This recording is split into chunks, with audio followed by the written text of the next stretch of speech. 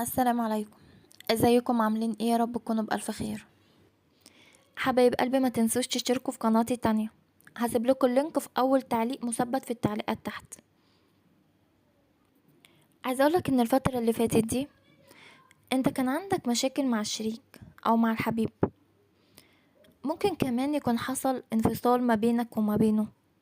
ممكن يكون حصل مشاكل ما بينك وما بين الشريك، او ممكن كمان تكون لسه منفصلتش عنه، لكن انت في شيء مخلي عندك نقاشات كتير، مخلي عندك كمان انك عايز تفكر كتير في حقيقة انت عايز تعرفها. انت بتدور على حقيقة، لكن الشريك بيرفض ان هو يواجهك. يعني في شيء الشريك عايز يهرب منه. يعني انت بتحس كتير جدا ان الشريك مش عايز يجاوبك على اسئلتك، فده بيخلي في عندك بعض الحيرة، بعض القلق. لكن اللي انا شايفاه دلوقتي ان انت خلاص، انت دلوقتي خدت قراراتك. انت دلوقتي عرفت وضعك ايه بالظبط، عرفت بالظبط ايه احتياجاتك، عرفت انت محتاج ايه، عرفت ايه اللي يبسطك وايه اللي يزعلك. انت الفترة اللي جاية دي انت بتدور على استقرار، بتدور على اتزان، بتدور كمان على هدوء.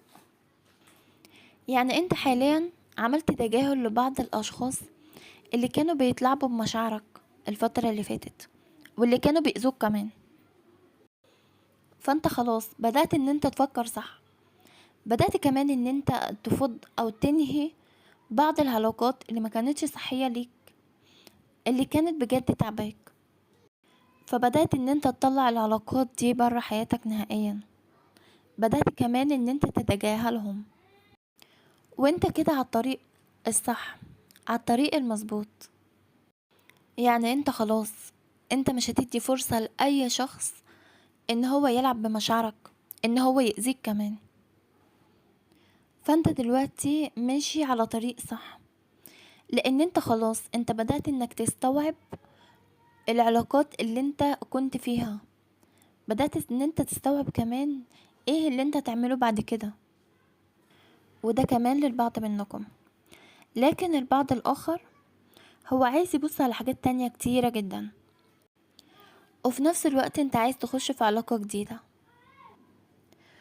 ففي اكتر شيء هيبقى ضاغط عليك الفترة اللي جاية دي حياتك العملية، اللي انت هتبص اكتر لحياتك المادية كمان، لان انت بتفكر كتير جدا قبل ما بتخش في اي علاقة، او قبل ما تبدأ اي حياة جديدة، ان انت تكون مأمن نفسك كويس جدا، ان انت تأمن نفسك في عملك، في مالك، في كل شيء، وتعمل لنفسك استقرار كمان مادي. لان انت كتير جدا بتقول انا مش هينفع ان انا اخش اي علاقة وانا مش مستقر ماديا، وده بيكمل ده. فتفكيرك كله ان انت لازم انك تأمن مستقبلك صح، وعلى طول بتقول ان ده حياتك العملية بيكمل في حياتك العاطفية، يعني ده بيشيل ده. فانت عايز ان انت تأمن نفسك صح، وده تفكيرك حاليا، وهيبقى تفكيرك كمان في الفترة اللي جاية دي. عايزة اقولك ان انت تفكيرك صح، لان انت صح وكده مظبوط، وما ينفعش حاجة من غير حاجة. ده فعلا بيكمل ده، انت كده صح. فانت شايف ان في شخص في حياتك، شايف كمان ان الشخص ده انت مش هتعرف انك تعوضه تاني. فانت عايز انك تظبط حياتك الاول، عايز انك تأمن مستقبلك الاول. فانت ممكن تروح للشخص ده، ممكن كمان ان انت تتكلم معاه، ممكن تقوله انا وضعي 1 2 3، شوفوا ان كان هيصبر معاك ولا هيرفض. فساعتها بجد انت هتقدر انك تسمع منه الاجابة الصح، هتقدر تسمع منه هو رده هيكون ايه بالنسبة لك. وبالرد دوت انت هتقدر ان انت تبدأ حياتك من جديد، تبدأ كمان ان انت تعرف انت هتعمل ايه، هتعرف انت هتمشي على ايه بالظبط. والشخص ده فعلا قادر ان هو يديك الرد المظبوط، الرد بجد اللي انت عايز تسمعه. فده هيخلي عندك حافز قوي جدا ان انت تنجز كل اعمالك، وتنجز كمان كل احتياجاتك، وتنجز كمان معاه في العلاقة، وتكبروا العلاقة دي بسرعة جدا جدا. الفترة اللي جاية دي انت هتلاقي ان الاوضاع بتساعدك كمان ان انت ترجع كل شيء لأموره الطبيعية. هتلاقي ان الجو العام بيرمز ليك بتفاهم اكتر. اهم شيء بلاش ان انت تميل للعصبية، خليك متحفظ اكتر، ابعد عن اي نقاشات حادة، ابعد كمان عن المواجهات، خلي في ترتيب للاجواء حواليك، لان انت بجد محتاج ان انت تكون في تفكير عميق، محتاج ان انت تفكر بجد، ولازم ان انت تظبط انفعالاتك. الفترة اللي جاية دي انت عندك فرصة جديدة، الفرصة الجديدة دي بتتعلق بمشروع ليك، فلازم بجد ان انت تستغل الفرصة اللي جايلك دي، لان الفرصة دي لو انت استغلتها صح هترجع ليك بإطلالة جميلة جدا. هيكون عندك كاريزما، الكاريزما اللي انت بتمارسها دي هتكون على جميع الأصعدة، هيكون عندك رومانسية كبيرة جدا جدا. فهتلاقي كمان ان في عندك تحركات بسرعة، التحركات دي هتجيلك من خلال الفرصة دي. ففي فرصة للمبادرة، في فرصة كمان ان انت هتبدأ شيء جديد، وهيكون عندك حماس شديد جدا جدا في الفترة دي. فانت لازم ان انت تحافظ على تفاؤلك، البس الالوان الزاهية، اضحك كتير وابتسم. هتلاقي ان انت بتقوم بعملية اقناع شخص، الشخص ده هيكون مميز جدا جدا عندك، فانت بتحاول انك تقنعه بشيء، وبالفعل انت هتقدر تقنعه. هيكون عندك حماس شديد لبعض الافكار الجديدة، هتبص لبعيد جدا، هتبص فعلا لمستقبلك من جديد. هتلاقي فيه تغيرات، في شيء بيحررك من قيود. هتلاقي كمان ان انت بتاخد منحنى جديد، فهتوصل لمكانة بجد انت كان نفسك انك توصلها من زمان. في عندك تألق، في نجاح، في شيء انت بتصلحه، في تصليح لأمورك كلها. فانت بجد هتعرف ان انت تغير لبعض الأحوال اللي حواليك، وده كله بإيدك انت. هيكون عندك فرحة كبيرة جدا جدا، هيكون عندك الفرحة دي انها تخليك ان انت تبتسم بجد، هتخليك ان انت تضحك بجد. هتحاول كمان ان انت تقابل اشخاص، الاشخاص دول هيكون فرحانين جدا بالنقاش معاك، هيكون في تطلعات جديدة ما بينك وما بينهم. فهتلاقي ان الحظ بيدعمك، هيكون في دعم عندك، هتلاقي حلول كتيرة جدا لمشاكلك. مشاكلك دي اللي كانت قلقاك الفترة اللي فاتت، قلقاك بقالها فترة كبيرة وانت مكنتش عارف تحلها. هتستعيد كمان الثقة بقدراتك، هتقوم بخطوات لازم ان انت تقوم بيها لبعض المشاريع ليك، هتقوم بيها لتحسين اوضاعك. هيكون عندك نجاح مادي، هيكون عندك كمان ديناميكية كبيرة جدا. فهتمارس سحرك، هتمارس كمان جاذبيتك، هتستفاد من صدف جايالك. هيكون عندك بعض الافكار، هتلتقط الفرص اللي جايالك دي بسرعة كبيرة جدا.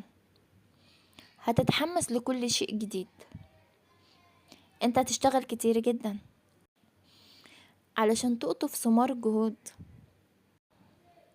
فتتسلح بحوافز كتيرة جدا وعزيمة لا تقهر. هتلاقي ان العالم حواليك بينبهر بيك وبينبهر كمان باللي انت وصلت له، فهتدخل شيء جديد. هتكون مهتم بقضايا جمالية او ثقافية، فانت هتفاجئ بجواب ايجابي. الجواب ده هيجيلك على عرض كان ليك في الماضي، فهتلاقي نفسك انت فرحان جدا. هتروح لمكان، المكان ده انت حلمت بيه. المكان ده هيكون فيه حدث سعيد جدا جدا في حياتك العائلية وحياتك الشخصية، هيخليك ان انت تطير بجد من الفرحة. هتلاقي ان في اشخاص بجد بيسمعوا ليك، هتلاقيهم معجبين بيك وبتفكيرك، فهينظروا ليك بنظرة اعجاب. فده هيقوم بدور كبير جدا ليك، بدور فعال.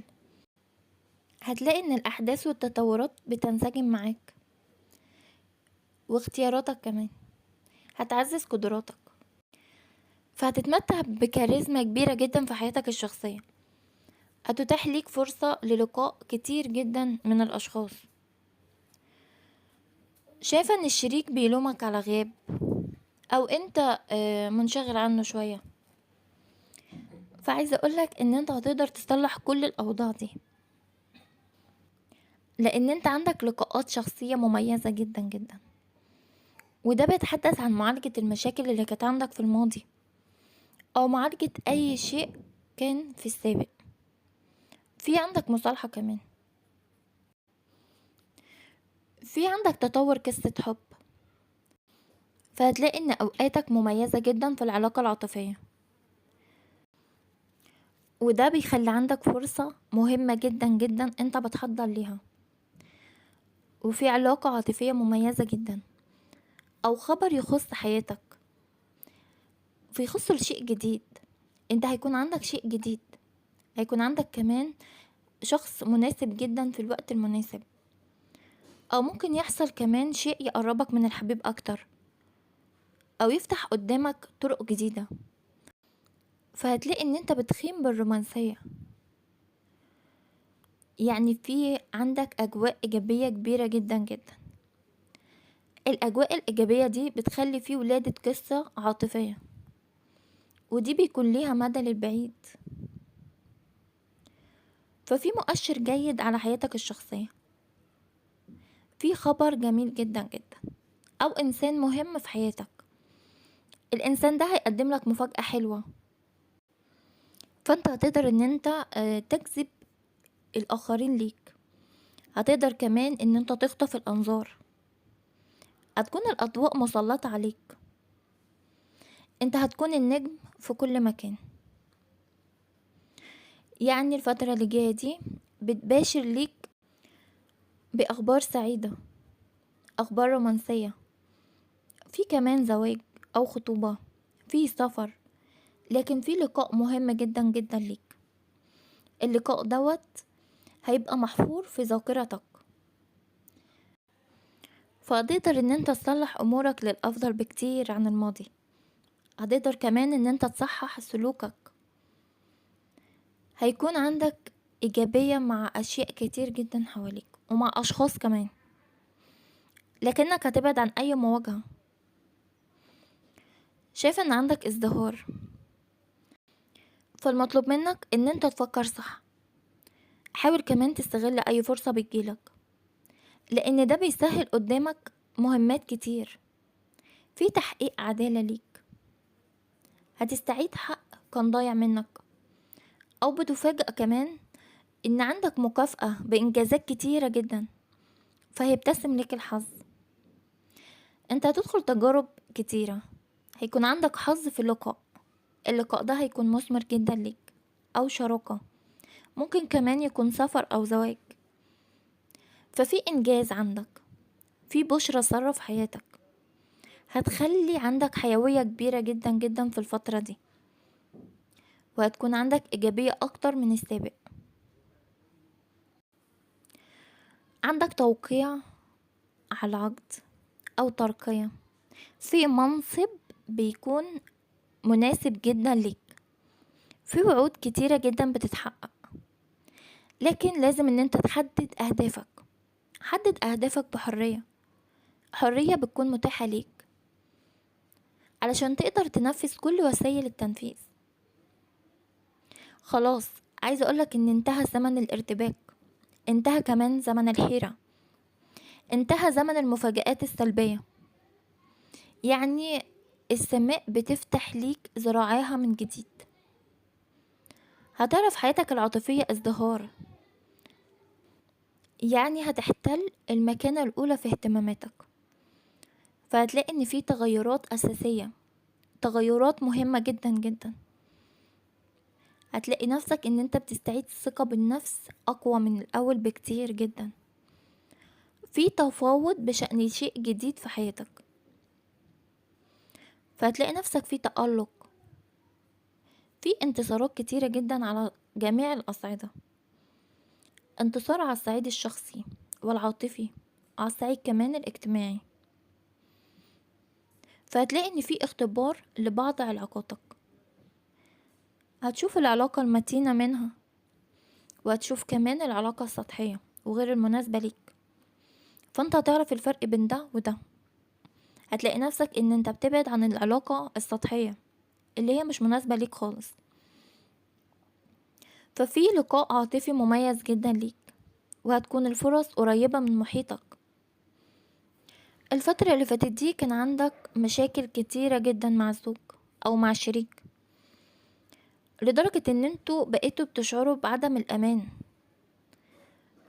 فهتلاقي ان انت بتوصل لمصالحة، في عندك مصالحة مع الشريك او مع الزوج الفترة اللي جاية دي ان شاء الله.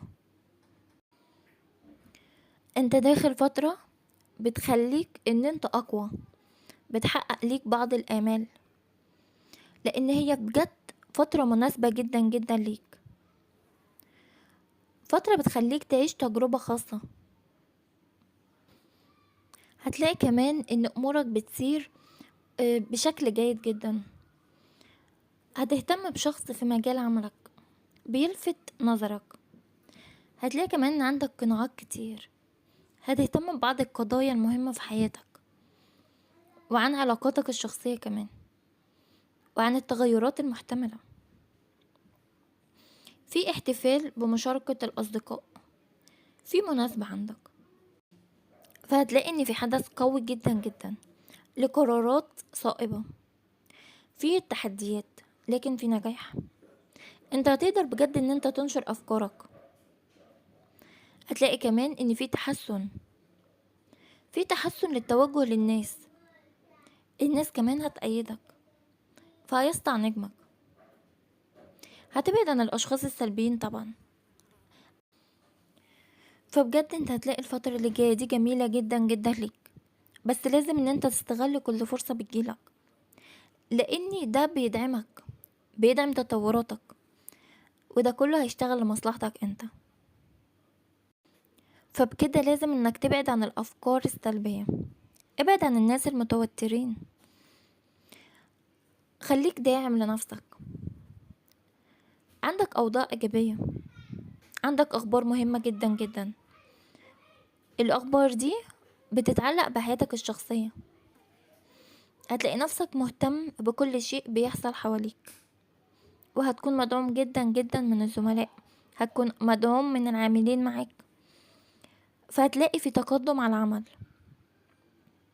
ممكن كمان ان انت يكون عندك مجموعات مهمة جدا بتهتم بقضية، لكن انت بتكتشف شيء جديد. بيكون عندك تطلعات كمان على معلومات. المعلومات دي انت عايز انك تصارح بيها شخص تاني، لكن انا مش عايزاك انك تاخد اي قرارات متسرعة. لو في اي قرار انت مستعجل فيه، انا بنصحك انك تأجله. فكر كويس، فكر في كل شيء انت هتقدمه بعد كده، لان ده هيرجع ليك انت. فبايدك ان انت ترجع القرار اللي انت بتاخده ده بشيء ايجابي ليك، يا اما ترجعه بشيء سلبي ليك. فلازم بجد ان انت تفكر في كل قرار او كل شيء انت هتاخده لمستقبلك. انت عندك معلومات، المعلومات دي في نقاش، في اسرار هتتكشف ليك. معلومات مهمة جدا جدا هتنكشف ليك في وقت قصير. فده ممكن يزعجك شوية، لكن مش عايزاك تفكر بطريقة سلبية. ابعد عن الشكوك. فانت لازم انك تفكر في مستقبلك اكتر. لازم يكون عندك تصحيح لبعض الاوضاع. عندك كمان حل لكل مشكلة كانت عندك في الماضي. انت هتقدر تحل كل حاجة كانت متعقدة عندك وبسرعة كبيرة جدا. هتلاقي ان في تطورات، هتلاقي حلول، هتفهم الأحداث اللي بتحصل حواليك. فده بجد بيعزز حدثك، بيخليك بجد ان انت يكون عندك اكثر قدرة على التواصل. هتلاقي كمان ان الضغوط بتخف من عليك، فبتعزز كمان طاقتك على التواصل، على الانفتاح. بيخلي حياتك الاجتماعية مصدر للفرح، مصدر للسعادة، مصدر كمان للتسلية. حبايب قلبي، انا بحبكم كتير جدا، وبتمنى لكم كل الخير والفرح والسعادة على قلوبكم يا رب. ما تنسوش تشتركوا في قناتي التانية، انا هسيب لكم اللينك في اول تعليق مثبت في التعليقات تحت.